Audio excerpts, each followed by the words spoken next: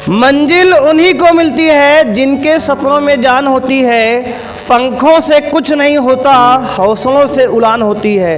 Hello guys, कैसे हैं आप लोग? तो आज हम बात करेंगे रे ऑप्टिक्स यानी कि किरण प्रकाशिकी में रिफ्रैक्शन, रियल डेप्थ और अपरेंट डेप्थ की, यानी कि आभासी गहराई और वास्तविक गहराई में क्या रिलेशन होता है।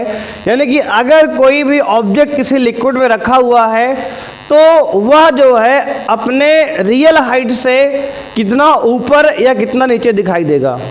तो लगा लीजिए हेडिंग आप लोग, अपवर्तन। अपवर्तन के अंतर्गत आता है ये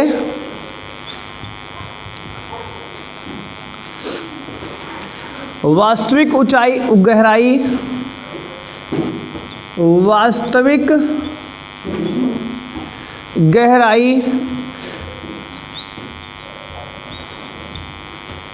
व आभासी गहराई, व आभासी गहराई।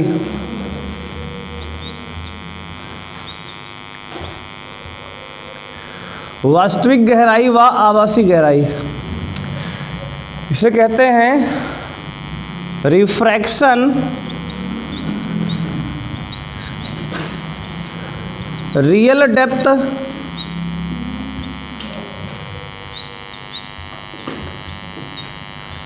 And apparent depth.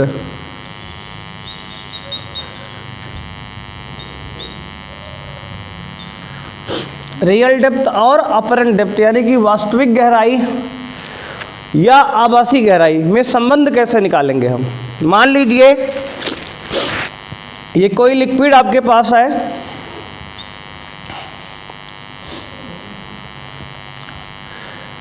ये कोई बर्तन आपके पास है, इसमें कोई लिक्विड है।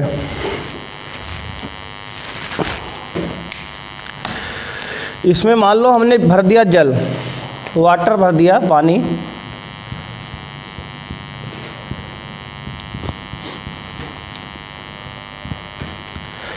अब इसमें अगर ध्यान देंगे आप तो इसको पूरा जो है पानी से भरना है आपको। अब यहाँ पर मान लीजिए इसके तली में एक सिक्का रखा हुआ है, कॉइन 10 रुपये वाला है ना, 10 रुपये वाला कॉइन सिक्का है ये, इसके तली में बैठ रखा हुआ है। अब इसको आप देख रहे हो बाहर से। अगर आप इस सिक्के को बाहर से देखते हो, मान लो यहाँ से आप देख रहे हो,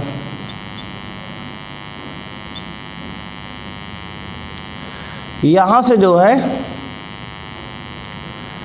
आप सिक्के को देख रहे हो, ये आपकी आँख है।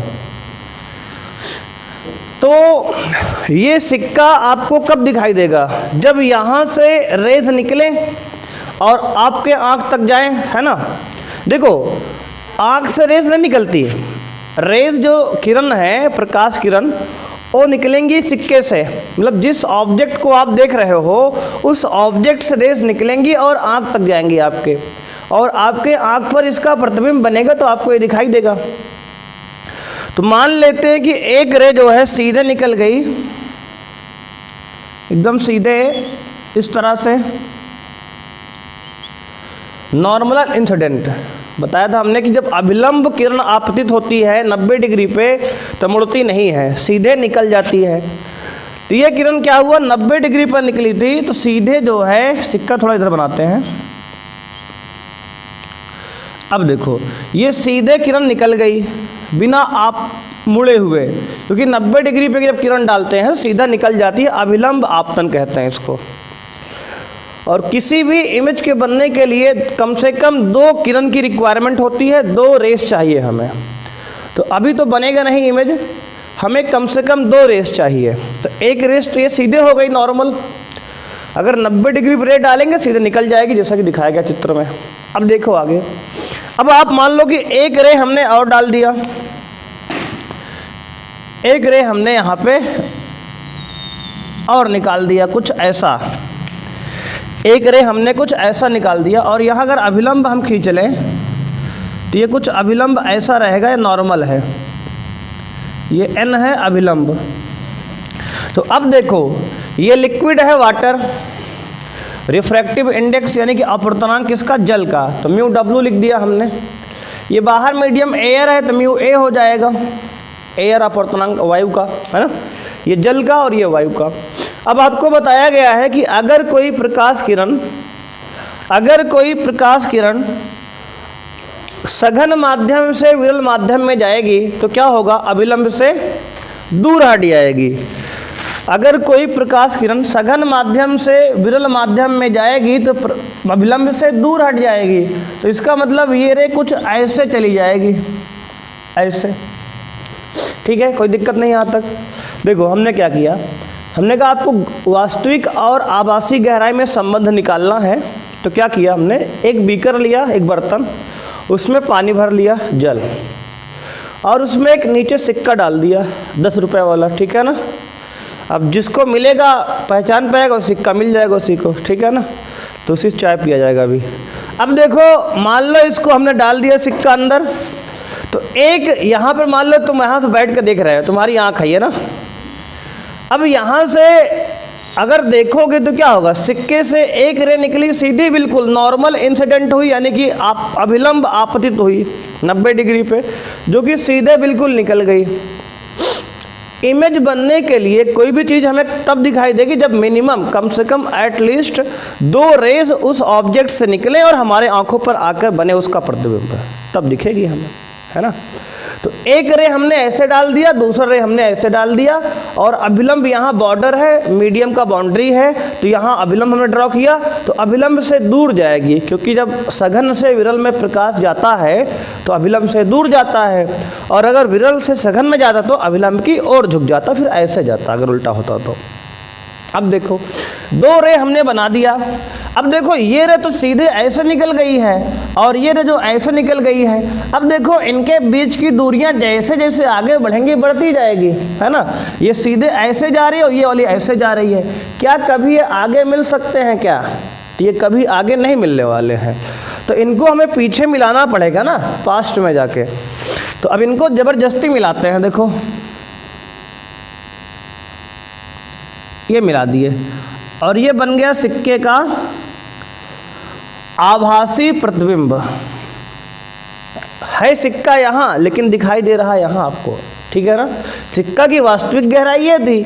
अब देखो जो गहराई मापते हैं और मापते हैं बाउंड्री से, बाउंड्री कौन है, ये बाउंड्री जो है बीकर की, बर्तन की, ये बर्तन की बाउंड्री से, तो ये आपका ये डी मान लो रियल डेप्थ थी, वास्तविक ऊंचाई गहराई थी, या वास्तविक ऊंचाई कह दो, बात वही है।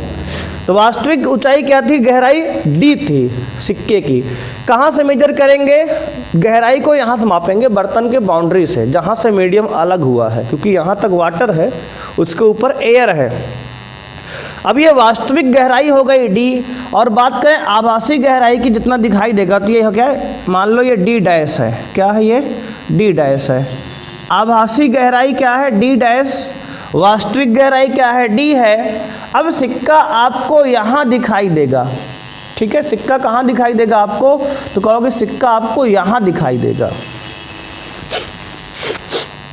अब अगर ध्यान से आप देखें, बात को समझे यहाँ पे, तो ये आपका नॉर्मल था, ठीक है, ये आपका नॉर्मल हो गया यहाँ पे, और अब देखो ये कोण क्या होगा, अभिलंब और आपतित किरण के बीच का कोण क्या होता है, आपतन कोण, इसको आई लिखेंगे, ठीक है।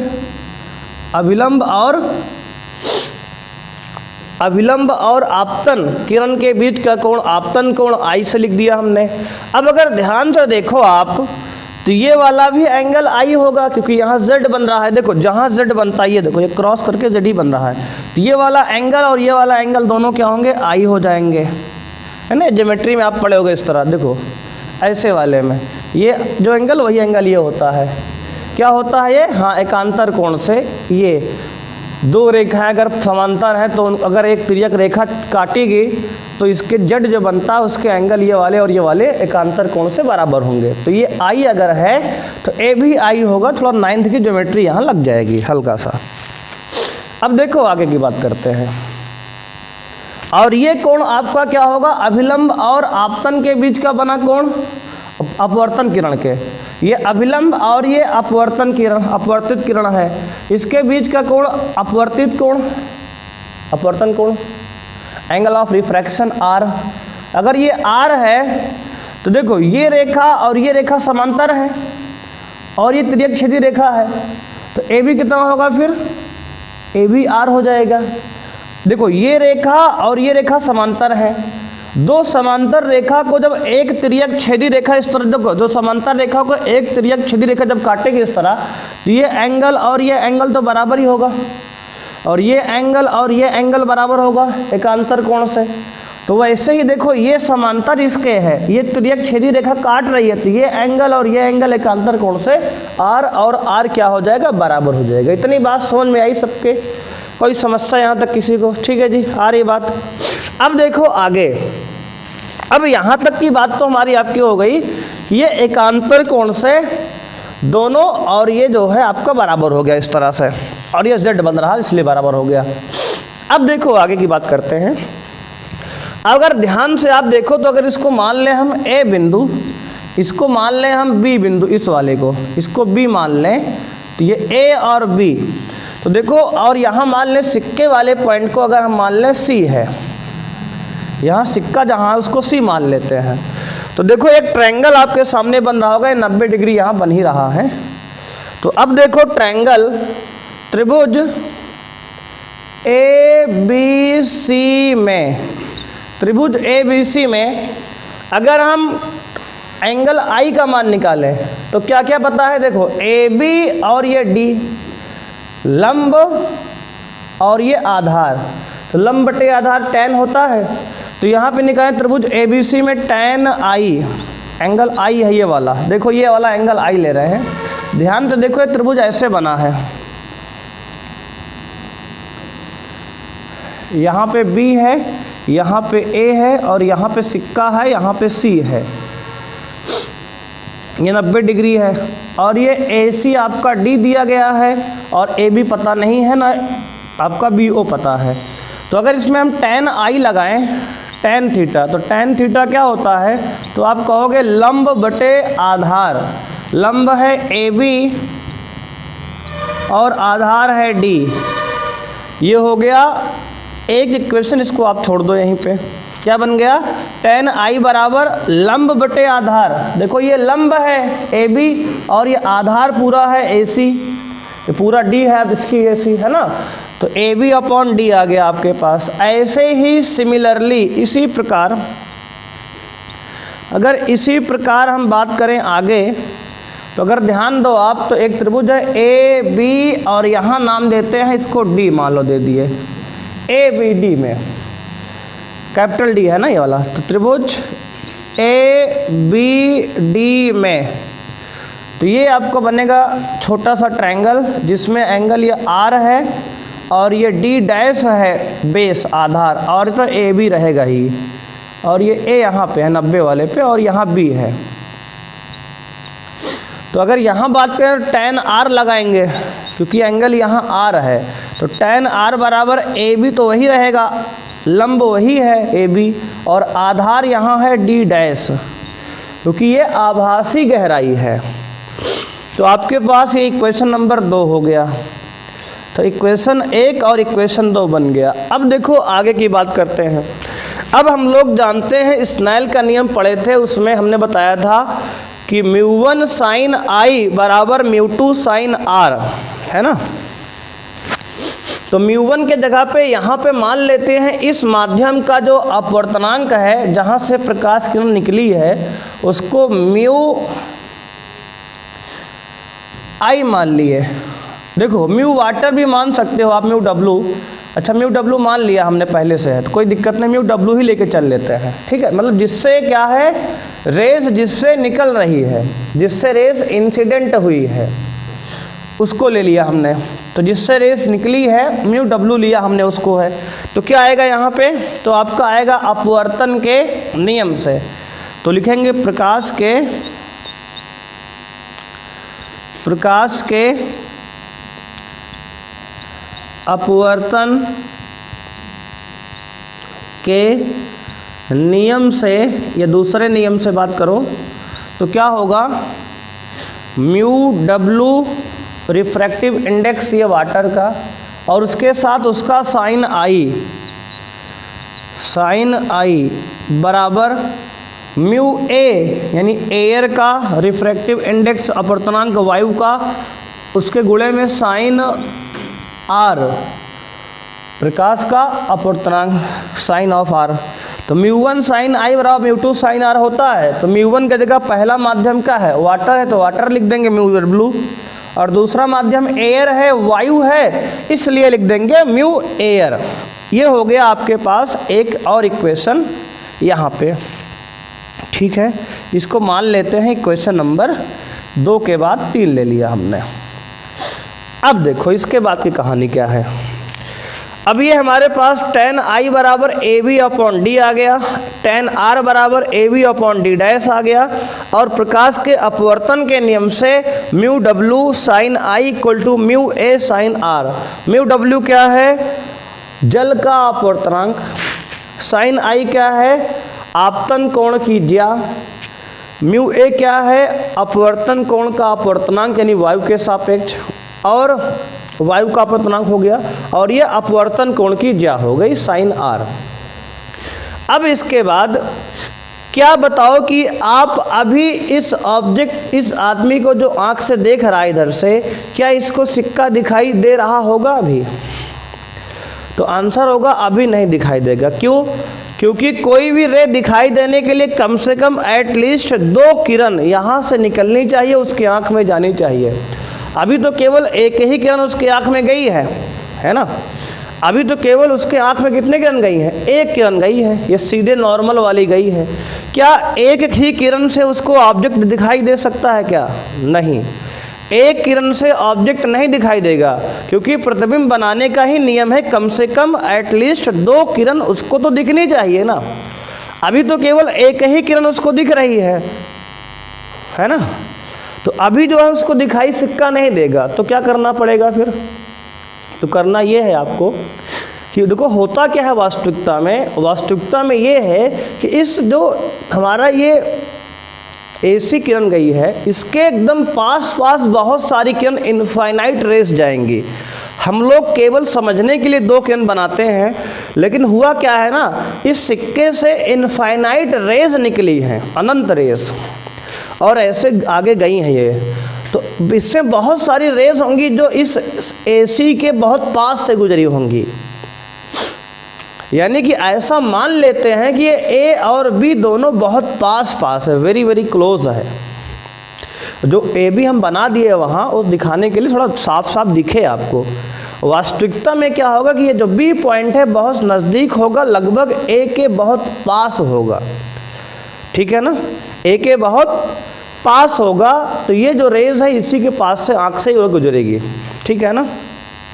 तो मानेंगे, यहाँ लिखेंगे इस बात को कि बहुत सारी रेज हैं जो ए के पास से गुजरेंगी, बहुत पैरेलल अनंत रेज हैं, अनंत किरणें हैं जो यहाँ पास से निकलेंगे। तो लिखेंगे माना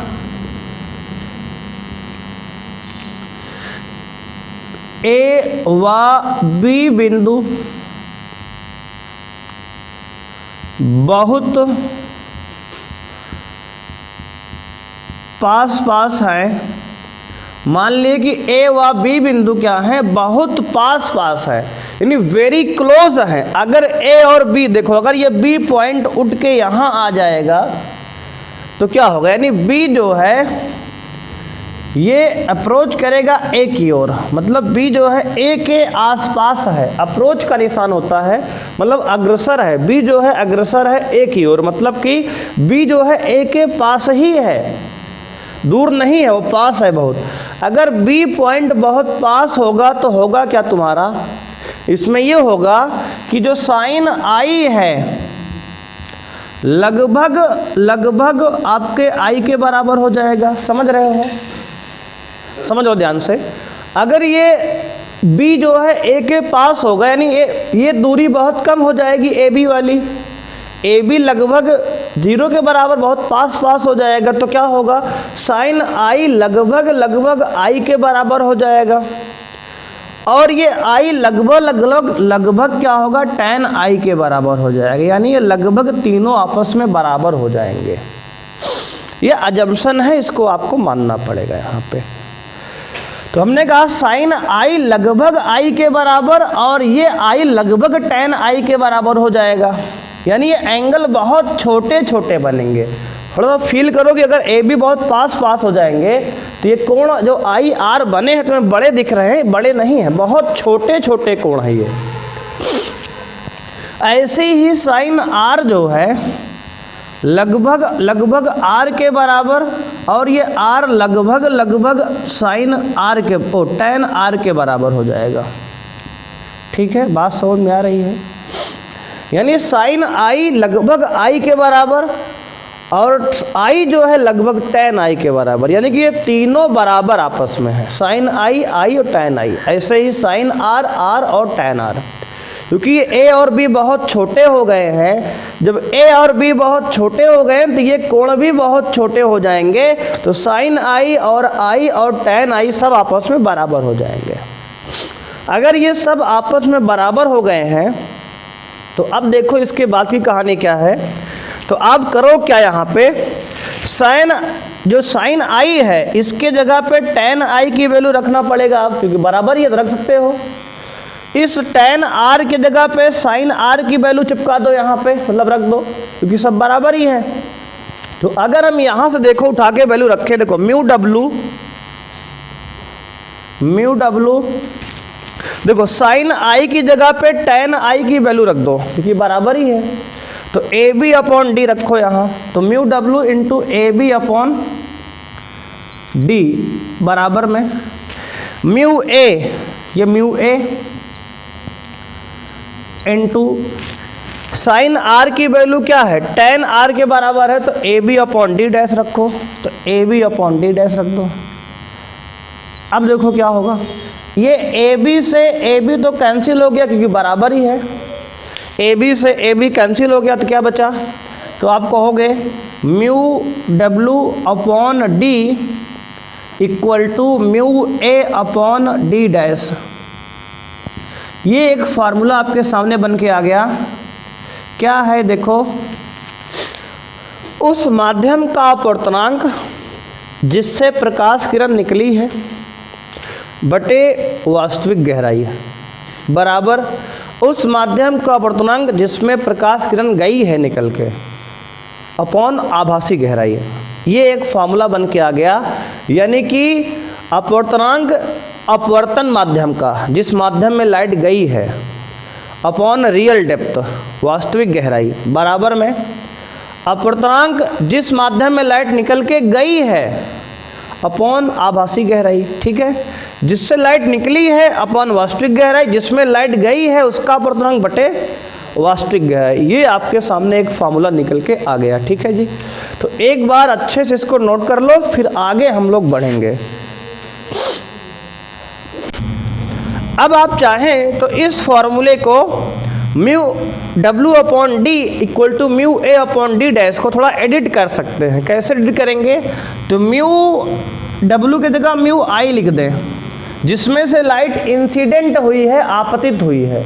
म्यू आई मतलब उस माध्यम का अपवर्तनांक जिसमें से लाइट आपतित हुई है, मतलब निकली है, अपॉन वास्तविक गहराई बराबर म्यू ए के जगह पे म्यू आर लिख दें, जिसमें लाइट गई है, अपवर्तित किरण जिसमें है, अपॉन डी डैश।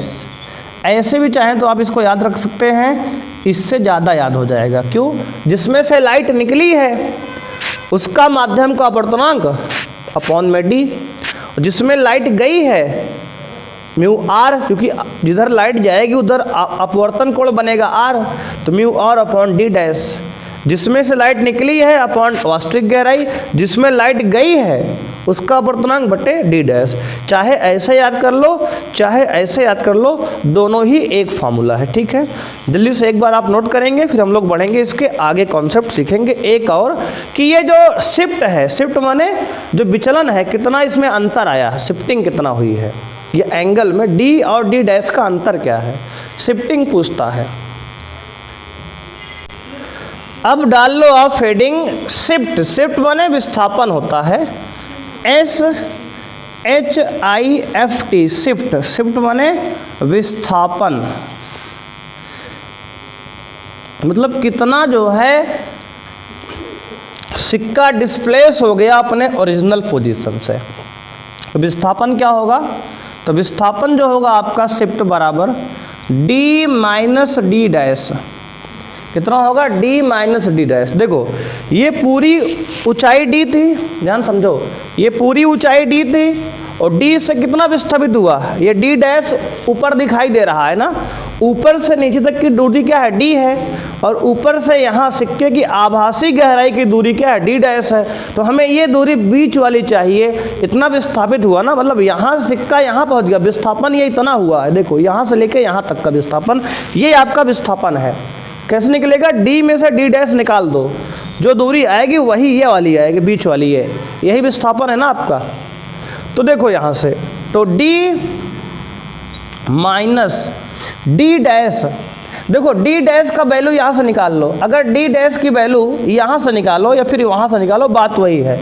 मान लो हमारी आप ज़्यादा याद करना है, इसको अच्छा रहेगा ना, इसको याद कर लो, ज़्यादा आसान रहेगा। तो अगर D यहाँ से निकालेंगे तो क्या आएगा? देखो अगर यहाँ से हम D डैश निकालेंगे तो D डैश आएगा, देखो mu R into D, mu R into D, और नीचे म्यू I आ जाएगा, ठीक है ना, अपॉन में क्या आएगा? म्यू I आएगा। तो D डैश की वैल्यू यहाँ रख दो, क्या? Mu R into D upon mu I। Mu R क्या है? जिसमें लाइट गई है, साफ साफ ऐसे याद करो। अब म्यू I क्या है? जिसमें से लाइट निकली है, जिस माध्यम से। अब देखो इन दोनों में कुछ कॉमन है क्या? D कॉमन है शायद, D कॉमन ले लो, क्या आएगा? 1 minus mu R upon mu I, बस यही आपका क्या है? विस्थापन है, शिफ्ट है। तो विस्थापन की वैल्यू मतलब कि सिक्के की वास्तविक गहराई और आभासी गहराई के बीच की दूरी क्या रह गई? तो दूरी हमारी यही है, और इस दूरी को निकालने का फॉर्मूला ये हमारे सामने आ गया है। तो इसको जल्दी से आप नोट करिए, फिर हम लोग बढ़ेंगे, इस पे क्वेश्चन करेंगे कि इसमें न्यूमेरिकल किस तरह से आपका पूछा जाएगा। हाँ जी, क्वेश्चन देखेंगे। तो पहला क्वेश्चन आपके सामने है, कह रहा है कि देखो एक ये मीडियम, इधर हमारा नीचे का मीडियम वाटर है, जल है, ये मीडियम में जल है आपका, और ऊपर जो है एयर है, यानी कि वायु है क्या? इधर जल में एक मछली है, फिश ये, और ये एयर में एक चिड़िया है जो मछली को देख रही है, ठीक है, शिकार की तलाश में है, ठीक है जी। तो है क्या इसमें? आपसे पूछ रहा है इसमें, और कुछ डाटा आपको दिए गए हैं, जैसे कि चिड़िया से 36 मीटर ऊंचाई पे क्या है? जल है, ये 36 मीटर, ये ऊंचाई क्या है? 36 मीटर है चिड़िया और जल के बीच की। और आपका अपवर्तनांक दिया गया है एयर का 1, जल का अपवर्तनांक आपको दिया है 4/3, यानी कि 1.33 होगा, और ये ऊंचाई जो है 36 मीटर यह भी है, दोनों ऊंचाई 36 दिया है, यानी कि आपको चिड़िया से बाउंड्री तक की ऊंचाई 36 मीटर और बाउंड्री से मछली तक की ऊंचाई 36 मीटर दिया गया है। अब आपसे पहला क्वेश्चन पूछ रहा है, तो पहला क्वेश्चन लिखेंगे, चिड़िया की आभासी ऊंचाई क्या निकालना है? चिड़िया की आभासी ऊंचाई या गहराई, कुछ भी लिख लो आप, पहला क्वेश्चन ये निकालना है। दूसरा प्रश्न आपसे कहा गया इसमें,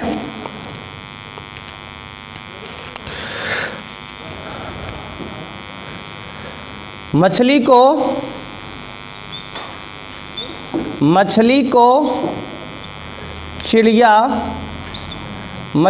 चिड़िया कितनी ऊंचाई पर दिखाई देगी?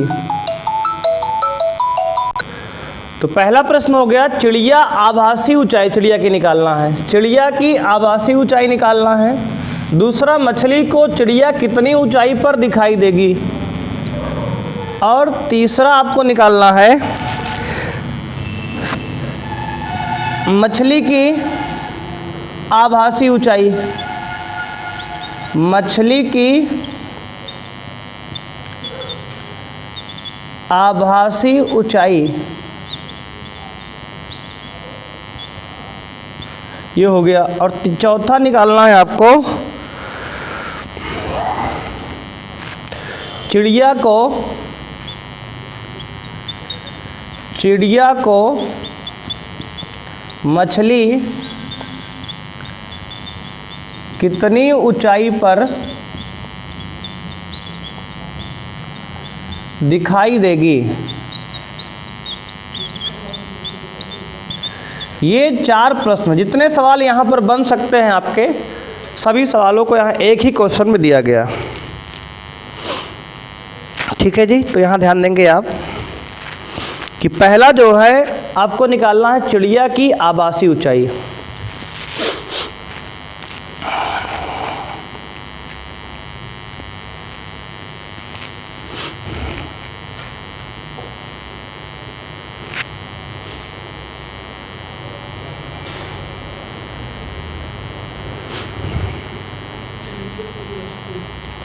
ठीक है, शुरू किया जाए।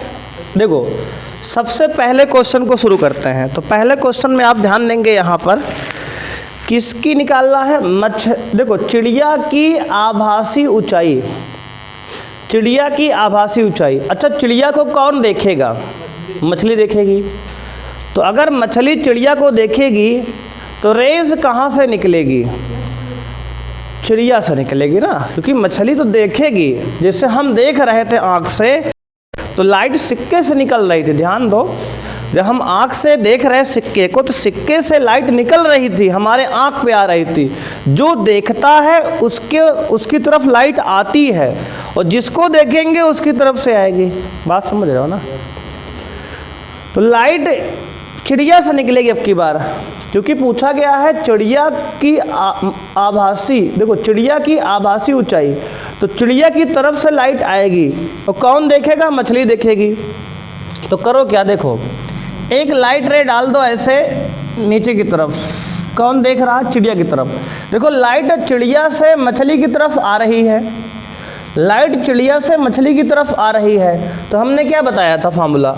Mu I upon real depth equal to mu R upon apparent depth D dash, है ना। फॉर्मूला ये बताया कि म्यू आई, जिसमें से लाइट आ रही है उसका अपर्तनांक बटे वास्तविक गहराई, जिसमें लाइट जा रही है उसका अपर्तनांक बटे आभासी गहराई।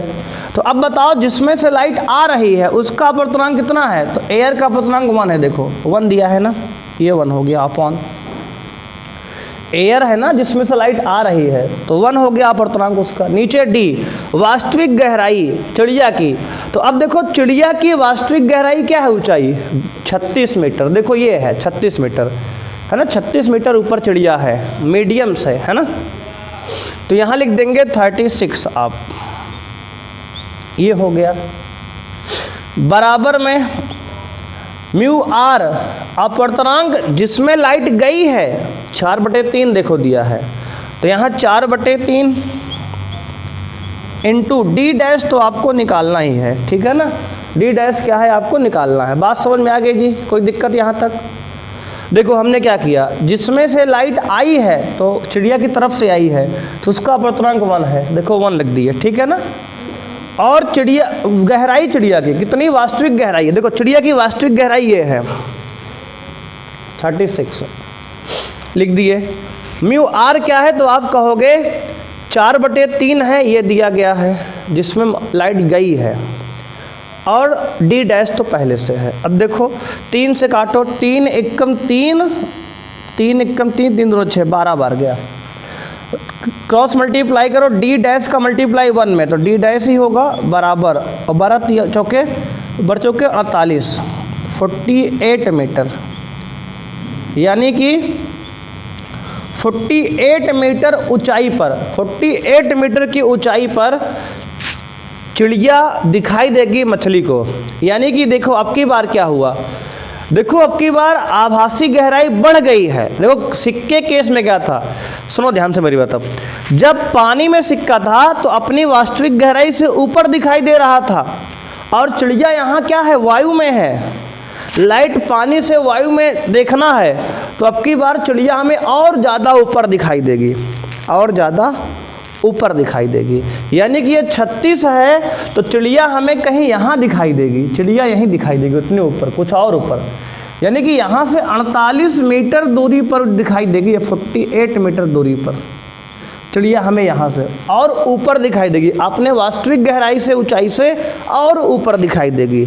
ये बात ध्यान देना कि हमें ऑब्जेक्ट अपने हाइट से ज़्यादा ऊपर दूरी दिखाई दे सकता है। कब?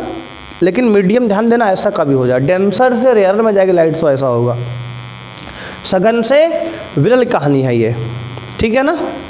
ऑब्जेक्ट देखने वाला आपका सघन में है और जिसको देख रहे हैं वो विरल में है, तो ऑब्जेक्ट की आभासी गहराई बढ़ सकती है वास्तविक गहराई से। तो जैसे यहाँ हुआ, तो इसका आंसर पहले क्या आ गया आपका, तो फर्स्ट आंसर आपका आ गया यहाँ पे 48 मीटर, आपका एक आंसर हो गया। अब बात करते हैं दूसरे की, है ना। हाँ, मछली जो है चिड़िया को देख रही है, तो मछली को दिखेगा कि चिड़िया की ये 36 ऊंचाई तो ये है, और इतना नहीं, इस यहाँ से 48 मीटर दूर दिखाई देगी चिड़िया कहीं यहाँ। जब चिड़िया देखो, जब देखने वाला सघन में होगा और जिसको देख रहा है वो विरल में होगा, तो ऐसा कंडीशन आएगी कि घटने के बजाय ऊंचाई बढ़ जाएगी।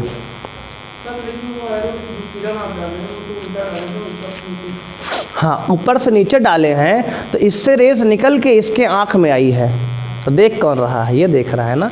जैसे सिक्के वाले में देखो, सिक्के से किरण निकाल के आँख में डाले थे, आँख में ना इंसान के, तो इंसान देख रहा था वहाँ। जिसकी तरफ लाइट जाती है वो देखता है, तो लाइट इसकी तरफ जा रही तो ये देख रहा है ना। अब बात समझ में आई।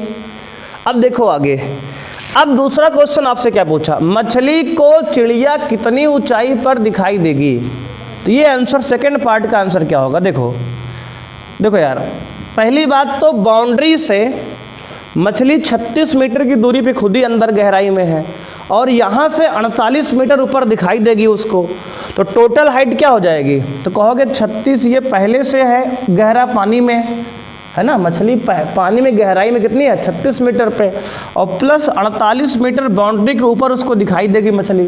तो टोटल जोड़ेंगे तो 8 6 14 और 4 3 7 1 8, 84 मीटर, यानी कि 84 मीटर ऊंचाई पर मछली को चिड़िया दिखाई देगी। यानी मछली की यहाँ से 84 मीटर ऊपर चिड़िया दिखाई देगी। यहाँ कहीं देखो, चिड़िया यहाँ कहीं बैठी दिखाई देगी, इतनी ऊंचाई पे, समझ रहे हो।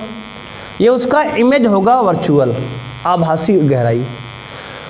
36 ये और 48 ये हो गया, ठीक है। अब देखो आगे बढ़ते हैं पार्ट नंबर 3 की तरफ, है ना। तो पार्ट 3 में क्या कहा उसने, मछली की आभासी ऊंचाई। अब देखो मछली की ऊंचाई निकालना है, अब कौन देखेगा, अब चिड़िया देखेगी। इतना आप पहले नोट कर लो जल्दी से, एक बार इतना नोट करो फिर आगे बढ़ते हैं। अब देखो हम लोग करते क्या हैं, तीसरे क्वेश्चन करने के लिए इस डायग्राम को देखो उल्टा करना पड़ेगा रेस को अब, क्योंकि अब रेस कहाँ से निकलेंगी, तो आप कहोगे कि अब तो रेस हमारी मछली की तरफ से जाएंगी, क्योंकि चिड़िया देखेगी। अब तो रेस उल्टा निकाल दिए हम, मछली से रेस निकाले हमने और चिड़िया की तरफ रेस जा रही है, लाइट रेस। अब चिड़िया देखेगी और मछली को, है ना। तो अब देखो क्या होगा, तो आप यहाँ तीसरे क्वेश्चन में लिखोगे, देखो क्या होता है, mu I upon D equal to mu R upon D dash, यानी कि म्यू आई जिसमें से लाइट निकली है उसका अपवर्तनांक 4/3 है। ये अब की बार लाइट इधर से गई है उधर, तो 4/3 यहाँ पे लिखोगे आप,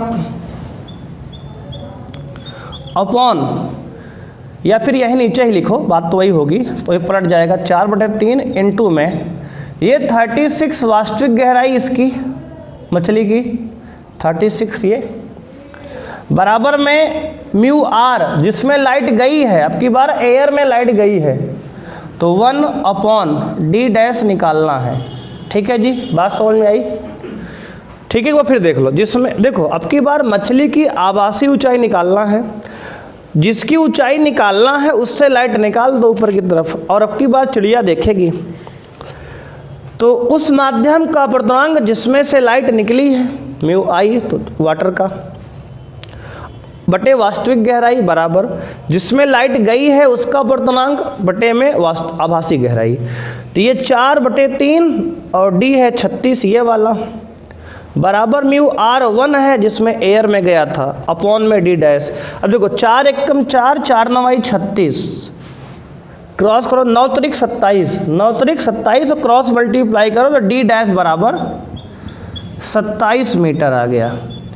यानी कि मछली जो है 36 मीटर पानी गहराई में है, लेकिन इस बाउंड्री से देखो, क्योंकि हम सारी गहराई कहाँ से नापे थे? बाउंड्री से, तो जो आंसर हमारा निकल रहा है वो भी बाउंड्री से ही निकल रहा है, यहीं से। पिछले में देखो यहाँ से 48 डोले थे हम, यहाँ से बाउंड्री से, अब की बार बाउंड्री से 27 मीटर ऊंचाई पे, यानी 36 अगर ये पूरा है तो मछली लगभग आपको दिखाई देगी यहाँ पे, देखो यहाँ पर है ना, 36 मीटर ऊंचाई, मतलब 27 पे, यहाँ से कितना है 27 मीटर पे ये दिखाई देगी मछली हमें। ये इसका क्या है? ये आभासी प्रतिबिंब हो गया, ये आभासी यहाँ दिखाई देगा, आभासी कितनी पर? बाउंड्री से 27 मीटर की ऊंचाई पर, यानी कि मछली थोड़ा ऊपर दिखाई देगी अपने गहराई से। ठीक है, तो अब उसने तीसरा आंसर तो आपका था 27 मीटर, आभासी ऊंचाई मछली की 27 मीटर हो गई, तीसरा आंसर। उसने चौथा और पूछा, चिड़िया को मछली कितनी ऊंचाई पर दिखाई देगी? अब देखो चिड़िया 36 मीटर ऊंचाई पर बाउंड्री पे है, बाउंड्री से 36 ये और 27 ये दोनों जोड़ दो, तो आपका चौथा पार्ट यहाँ पे आएगा 27 प्लस 36 जोड़ेंगे तो आपका आएगा 63, यानी 63 मीटर। तो ये आपका आंसर हो गया 63 मीटर। ठीक है जी, बात समझ में आई सबको, है ना? तो इस तरह से सवाल यहाँ पे आपको करने हैं। देखो अब ध्यान देना कि लाइट रेस कहाँ से निकालनी है, जिसका इमेज देखना है, ध्यान से चाहे आप समझ सकते हो इस बात को, जिसका प्रतिबिंब देखना है जिस चीज़ का, उससे रेस निकलेगी, और जो देखेगा उसकी आँख की तरफ जाएगी रेस लाइट, है ना? जैसे इसका हमें इमेज देखना था तो इससे लाइट निकाल दी है, और देखे कौन? चिड़िया देखेगी। अगर हमें चिड़िया का प्रतिबिंब देखना था तो चिड़िया से लाइट निकाल दिए थे, और ये देख लेंगे उसके लिए फिर, है ना? तो ऐसा कुछ यहाँ पे होने वाला है, इसको आप ध्यान से बात को समझेंगे। ठीक है जी, कोई दिक्कत यहाँ तक? तो क्वेश्चन नंबर 2 आपको कह रहा है, एक प्रिंटेड पेज है, छपा हुआ पन्ना है, जिसे मान लो बुक का पेज है आपके सामने, एक छपा हुआ पन्ना यानी पेज किसी घन के आकार के कांच से दबा हुआ है। एक छपा हुआ पन्ना किसी घन के आकार के कांच से दबा हुआ है, घन के आकार के कांच से दबा हुआ है,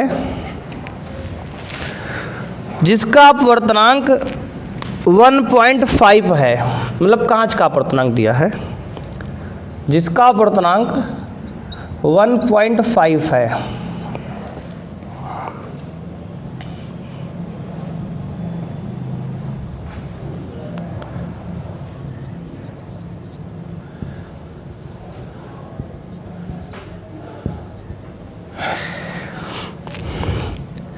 और घन की प्रत्येक भुजा 6 सेंटीमीटर है, घन की प्रत्येक भुजा 6 सेंटीमीटर है।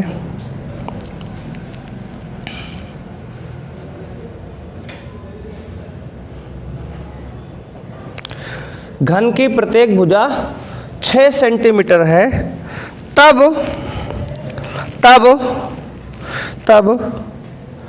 घन के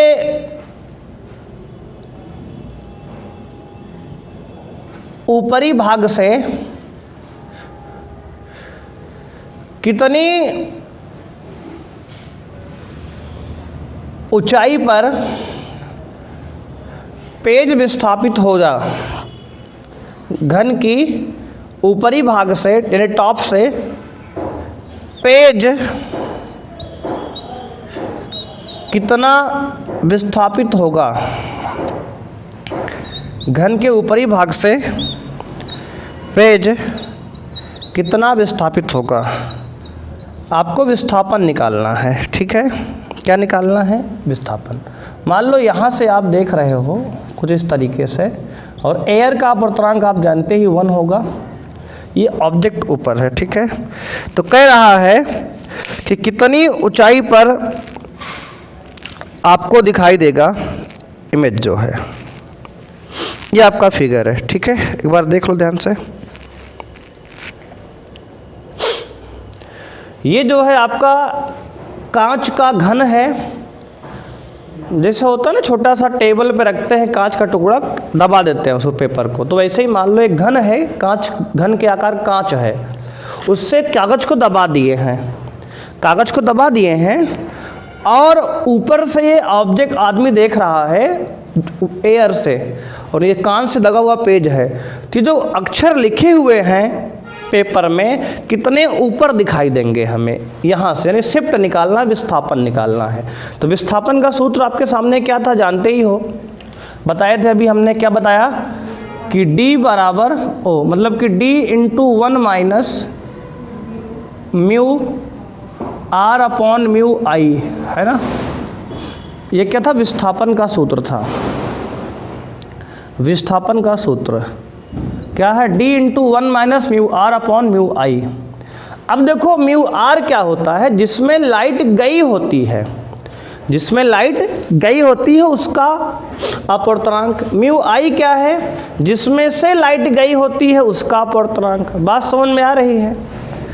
तो अब बताओ कौन देख रहा है? ये बाहर से आदमी देख रहा है, तो लाइट रे कागज से निकल के उसकी आंख में जाएगी, तो लाइट रेस ऐसे कागज से निकलेगी, उसकी आंख में जाएगी इस तरह से। इतनी बात क्लियर है? तो आप ध्यान दोगे तो D कितना है? 6 दिया है ना। 6 ये क्या है? मतलब कि बाउंड्री, देखो कांच की बाउंड्री यहाँ शुरू हुई है, तो बाउंड्री से कितना नीचे कागज है? 6 सेंटीमीटर नीचे, क्योंकि घन की भुजा के बराबर तो गहराई होगी। तो D, हाँ जी बिल्कुल, तो D क्या है? 6 है, तो D का मतलब 6 आ गया, into 1 minus mu R। R मतलब जिसमें लाइट गई है, R मतलब जिसमें लाइट गई है उसका अपवर्तनांक 1 है। तो ये हो जाएगा R की जगह चाहे तो आप यहाँ क्या लिख लो, सूत्र बना लो, जैसे D into 1 minus mu A upon mu G, मतलब म्यू W, हाँ G है, ग्लास है। जिसमें लाइट गई है एयर है, जिसमें से लाइट निकली है ग्लास है। तो यहाँ हो जाएगा 16 इंटू, देखो D का मान 6 है, ये दिया है D बराबर 6, 1 माइनस म्यू R की जगह म्यू A रखेंगे क्योंकि जिसमें लाइट गई है, तो 1 हो जाएगा, अपॉन म्यू G कितना है? 1.5 है, 1.5 है। इसको आप सॉल्व करोगे तो क्या आएगा? देखो ध्यान से, 6 इंटू एलसीएम लेंगे तो 1.5 बन जा 1.5 माइनस 1 अपॉन 1.5। ठीक है जी, बात समझ में आई? अब देखो 6 इंटू 1.5 में से अब 1 सब्ट्रैक्ट करो, घटाओगे तो क्या आएगा? 0.5 अपॉन 1.5। कोई दिक्कत यहाँ तक किसी को है ना? अरे भैया 1.5 में से 1 घटाओगे, आधा आएगा 1.5, 0.5 अपॉन 1.5। अब देखो पॉइंट से पॉइंट कैंसिल कर दो, कट जाएगा। आ गया देखो कितना, 6 इंटू 5/15 है ना। देखो 6 पंचे 30/15, तो 15 एकम 15, 15 दूना 30, तो यानी कि विस्थापन आपका हो गया 2 सेंटीमीटर। विस्थापन क्या हो गया? 2 सेंटीमीटर। यानी कि जो ऑब्जेक्ट है 2 सेंटीमीटर विस्थापित हो गया। यानी कि विस्थापन जो आया है यहाँ नीचे से 4 सेंटीमीटर की ऊंचाई पर, और यहाँ से 2 सेंटीमीटर दिखाई देगा ऑब्जेक्ट हमारा, ठीक है ना। मतलब यहाँ से 4 सेंटीमीटर पे और नीचे से 2 सेंटीमीटर ऊपर उठ गया। जब आँख या आदमी देखेगा तो कागज जो है अपनी वास्तविक गहराई से 2 सेंटीमीटर ऊपर दिखाई देगा और इस बाउंड्री से 4 सेंटीमीटर होगा, है ना। 4 2 6 हो जाएगा पूरा। बात समझ रहे हो। इस सवाल को आप चाहो तो बेसिक से भी कर सकते हो। किस फार्मूले से? म्यू आई अपॉन डी वाले से, है ना, उससे भी आप कर सकते हो। तो मेथड ये तो फार्मूले वाला हो गया। अगर बिल्कुल आपको समझ में नहीं आ रहा, फार्मूला भूल चुके हो, है ना, एकदम ढक्कन टाइप के हो, तो कैसे करोगे? आओ देखो उसके लिए। उसके तरीके क्या होगा? उसके लिए फार्मूला आपके पास देखो बताया गया, म्यू आई अपॉन डी बराबर mu R upon D dash ना। बेसिक से मेथड 2, देखो मेथड 2 लगाते हैं यहाँ पे। मतलब आपको फार्मूला भूल गए एग्जाम में, मान लो, हमेशा थोड़ी फार्मूला याद रहेगा यार। मान लो फार्मूला भूल गए आप, तो क्या करोगे? तब भी लगाओगे ना यार, थोड़ी आओगे, लगा के आओगे तो कैसे करोगे? म्यू आई मतलब जिसमें से लाइट निकली है, क्या है? जिसमें से लाइट निकली है म्यू आई। किसमें से लाइट निकली है? ग्लास से, कांच से। तो 1.5 अपॉन डी 6 है, समझ रहे हो ना। ये गहराई वास्तविक बराबर म्यू आर जिसमें लाइट गई है 1 है अपवर्तनांक, बटे डी डैश निकालना है। तो पॉइंट हटाओगे, यहाँ 0 बढ़ जाएगा नीचे। 15 1 कम 15, 15 चौके 60, क्रॉस मल्टीप्लाई करो, डी डैश बराबर 4। इसका मतलब ये बाउंड्री से 6 सेंटीमीटर की दूरी पर तो कागज रखा है और ऊपर से 4 सेंटीमीटर की दूरी पर कागज यहाँ हमें दिखाई देगा 4 सेंटीमीटर पे। ये डी डैश आ गया। तो हमारा क्या होता है? विस्थापन देखो 6 ये है, 4 ये है, तो ये कितना है? 2 सेंटीमीटर। देखो तब भी आ गया ना। अगर ये फार्मूला भूल गए हो आप तब भी निकाल सकते हो बेसिक से, बिल्कुल एक फार्मूला तो आपके पास आई है ना। ये वाला कम से कम याद रहे, बस कहानी बन जाएगी। तो यानी कि विस्थापन अगर निकालना है आपको, तो विस्थापन क्या होता है? इनके बीच का डिफरेंस है।